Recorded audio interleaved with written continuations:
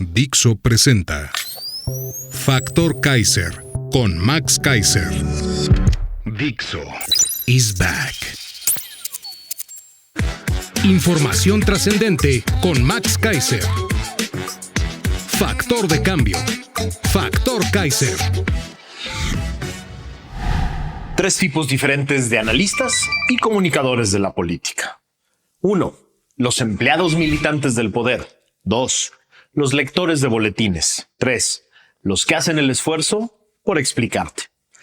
Desde que existe la política, existen los puentes de esta con el ciudadano común. Entre los políticos profesionales y los ciudadanos comunes, siempre ha existido un intermediario que trata de entender lo que sucede en los círculos donde fluye el poder para después poder explicarle a las personas lejanas a este mundo qué está sucediendo ahí y cómo puede impactar su vida. La labor de estos intérpretes y explicadores de la política siempre ha sido fundamental, porque en ese espacio es en donde se construyen las narrativas, las historias y las percepciones sobre ese mundo que llamamos la política. Desde los reyes más antiguos hasta los modernos presidentes de nuestra era, la preocupación del gobernante sobre la percepción de la ciudadanía sobre su mandato ha sido central. No solo un tema de ego, se trata la mayoría de las veces de una poderosa herramienta para darle cauce a las decisiones más complejas y trascendentes con la menor resistencia posible. En ocasiones, la percepción del público que se busca es de bondad y de amor al pueblo, es decir, el gobernante busca construir la idea de que sus acciones tienen como causa el bienestar de la población y el origen de sus decisiones es el amor que el líder le tiene a su gente. Y así, lo que se busca es que la intención de las decisiones del poder sea el desarticulador de cualquier resistencia. Pero también está el otro lado. Existen miles de ejemplos en la historia de la política de gobernantes que prefieren ser percibidos como temibles, crueles o desalmados, para que sea el miedo de la población el que les permite gobernar con los menores obstáculos posibles. Tanto el gobernante que quería ser visto como un héroe amoroso del pueblo, como aquel que prefirió ser temido por su gente, requerían siempre del intérprete de la política, del explicador, del comunicador, de aquellos miembros de la sociedad que cuentan con alguna forma de voz o plataforma para construir esa percepción de la población. En época remota se trataba de artistas de todo tipo, escritores, líderes sociales o religiosos quienes eran los encargados de construir la narrativa que se convertía en herramienta de poder y luego en historia o en su peor obstáculo. Por eso los diferentes tipos de cortes antiguas buscaban tener siempre cerca y bien financiados a estos personajes, porque de ellos dependía en gran medida no solo la eficacia de su poder, sino a veces incluso su permanencia en el poder. Uno de los bienes más importantes del Estado moderno y de la democracia es la liberación de la comunicación sobre la política. La libertad de pensamiento, la libertad de expresión y la libertad de prensa de las repúblicas democráticas se combinaron para liberar a los intérpretes y a los explicadores de la política de las cortes antiguas y a convertirlos en agentes externos e independientes que buscan generar su propio criterio para después comunicarlo a su público. A estas 3 libertades se añadió el derecho a la información, que obliga a las democracias modernas a transparentar los motivos, los procesos y las consecuencias de sus decisiones y actos. Con esos 4 derechos fundamentales se busca que los gobernantes tengan la menor capacidad posible de manipular la percepción sobre ellos y sea el público, con la ayuda de comunicadores y explicadores independientes, quienes generen su propia idea y criterio de su mandato, para poder decidir premiarlos o castigarlos en las urnas. Por eso, son una pieza fundamental de las democracias los analistas, los columnistas, los comunicadores, los investigadores y los moneros, pero los independientes. Cuando este conjunto de personajes goza de libertad de pensamiento, de expresión y de prensa y tienen derecho abierto a la información pública, se crea una rica fuente de información y formación de la ciudadanía que puede generar su propio criterio y es menos susceptible de ser manipulada. Justo por eso los populistas modernos aborrecen a los analistas, comunicadores y explicadores independientes, porque son su mayor obstáculo para poder mentir, para poder manipular y utilizar impunemente el poder a su beneficio.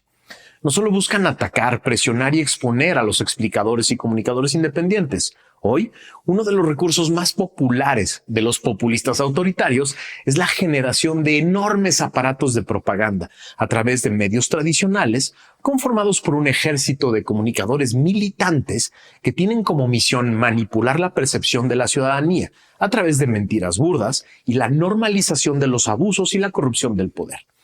En medio de los comunicadores y analistas independientes y el aparato de propaganda de Estado se encuentra un inútil grupo que se dedica a la lectura de boletines y a la réplica de información. Vamos a analizarlos uno por uno. Acompáñenme. Tipo número 1. Los empleados militantes del poder. No te voy a dar nombres para que este no parezca un chafa episodio de Revancha. A pesar del constante ataque que su servidor y este programa recibe de estos personajes todos los días, mi ego está en paz y no pienso gastar tu tiempo en revanchas.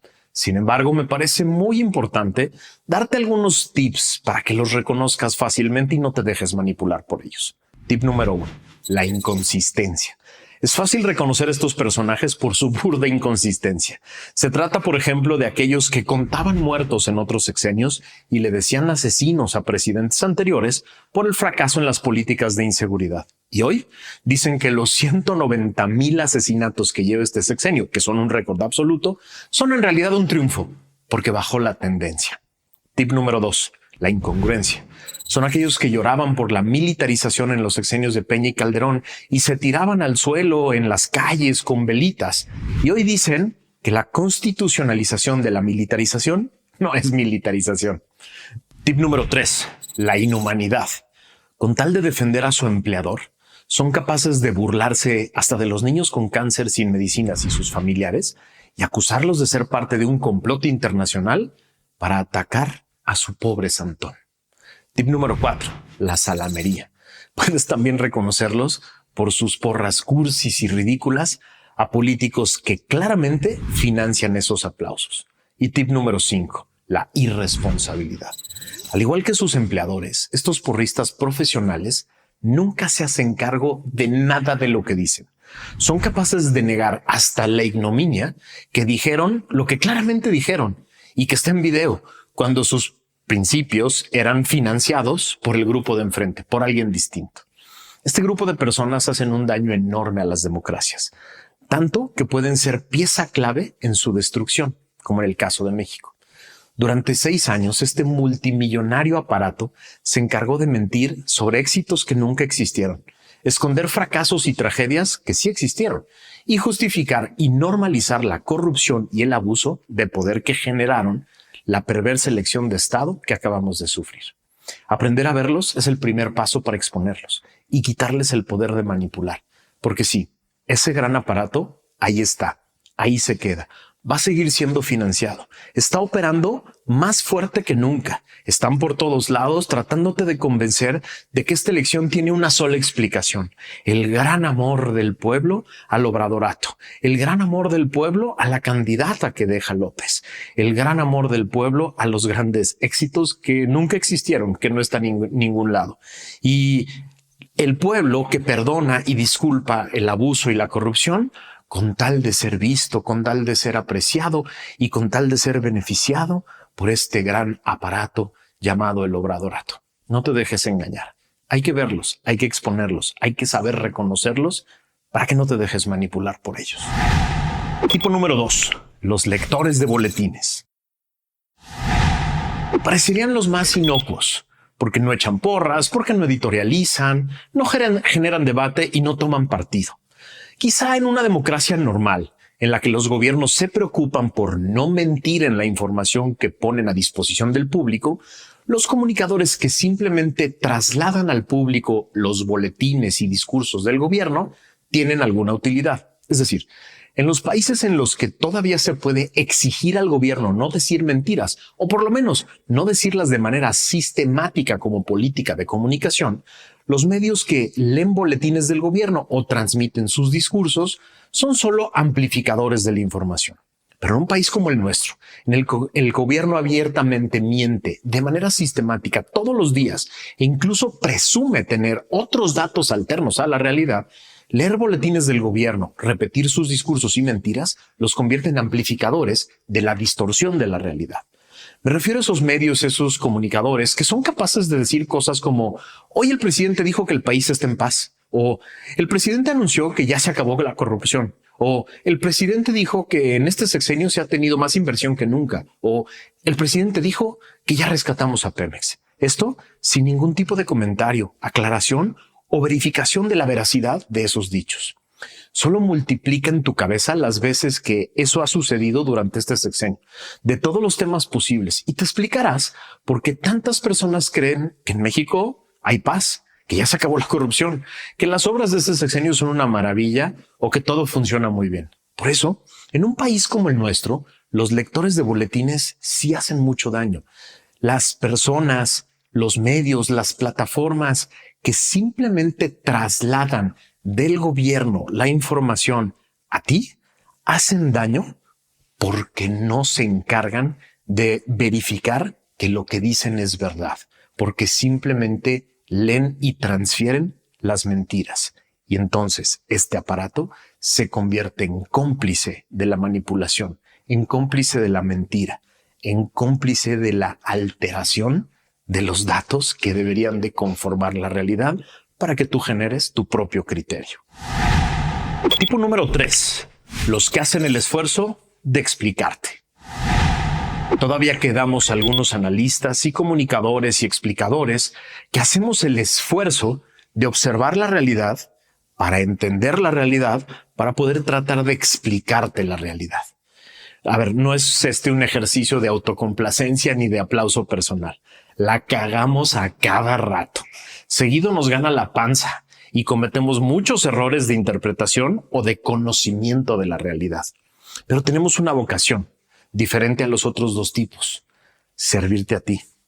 Quienes queremos ser analistas, comunicadores y explicadores independientes, aspiramos a generar valor en el servicio al público.